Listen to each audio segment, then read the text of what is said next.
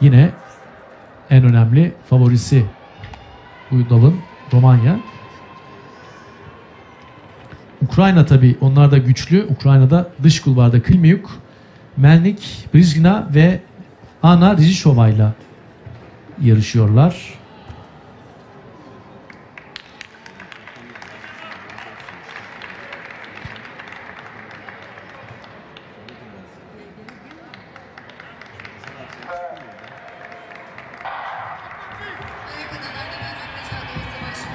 Mücadele başlıyor değerli seyirciler.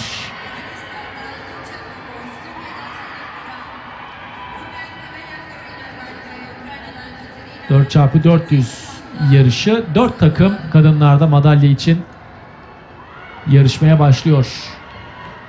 İlk turu tamamlarken Ukrayna, Romanya, Hırvatistan ve Türkiye sıralaması var. Bu atletler arasında, tüm katılımcı atletler arasında yaşça en küçük olan isim Zeynep Kuran. Şu anda arkadan takip ediyor öndeki üçlüyü. Ukrayna liderlikte. Birinci değişimi Katerina Klimiuk, Tetyana Melnik ile yapacak. Melnik bugün 400 metre bireysel mücadelesinde de yarışmıştı. Tetyana Melnik bayrağı alıyor. Yaklaşık 1,5 saniye sonra Romanya aldı. Romanya ile arasında önemli bir fark var Ukrayna'nın. Ukrayna tabi 4x400'de olimpiyat madalyası da kazanmış bir ülke. Her iki ülkenin de, Romanya ve Ukrayna'nın ikisinin de çok güçlü bir bayrak geleneği var. Özellikle kadınlarda.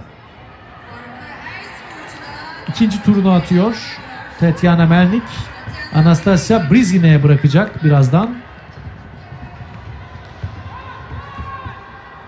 23 yaşındaki Tetyana Melnik mücadelesini tamamlamak üzere. 4x400'ün ikinci değişiminde şimdi Ukrayna. Anastasia Brizina bayrağı alıyor. Aradaki fark 5 saniyeden fazla şu anda. Romanya ikinci. Üçüncü değişimde Türkiye Berfe Sancak'la yakaladı Hırvatistan'ı. Berfe Sancak Yaren'den aldı bayrağı. Ön tarafta Ukrayna açık ara önde giderken Türkiye ve Hırvatistan'ın çok yakın bir bronz madalya kapışması var. Arkada son ayağa koşacak olan Derya Yıldırım ve Kristina Dudek'e düşecek iş. Öyle görünüyor. Diğer madalyalar biraz daha garanti gibi. Romanya ikinci sırada bu tura girdi. Berfe Sancak ve önünde Veronika Driljacic. Üçüncülük mücadelesi kızışıyor. Salonda yoğun bir destek Berfe Sancak'a. Hızlanmaya başladı. Berfe bindirmesini yapıyor. Viraja doğru girilirken tekrar Driljacic açıldı. Son değişimi şu anda yaptı Ukrayna takımı. Arkada Romanya ve Ukrayna arasındaki fark 100 metreye yakın. Şimdi Romanya. Hırvatistan 3, Türkiye 4 çok yaklaştı. Arkadaki 3 takım birbirine. Derya Yıldırım son ayak için bayrağı aldı. Ama biraz dezavantajlı bir pozisyonda. Romanya'da son ayağa koşan isim Sanda Bergyan, çok deneyimli bir bayrak koşucusu. Derya'nın çabası var. Bronz madalyayı alabilmek için Hırvatistan'dan.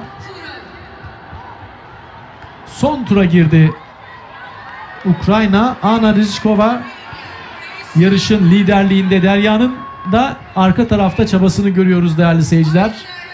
Ukrayna altın madalyaya gidiyor. Çok rahat bir şekilde altın madalyayı alacak Ukrayna takımı. Arkada Romanya, Hırvatistan, Türkiye sıralaması değişmedi. Halen aynı. Ukrayna kazanıyor. 3.33.76 şampiyona rekorunu kırarak kazanıyorlar. Romanya ikinci sırada. Onlar da finişe geldi. Hırvatistan 3, Türkiye 4. sırada mücadeleyi tamamlıyor.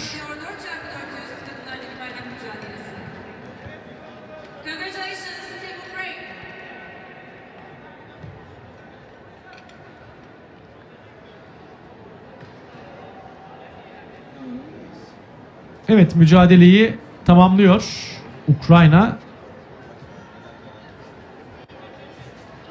3.36.02 idi şampiyona rekoru.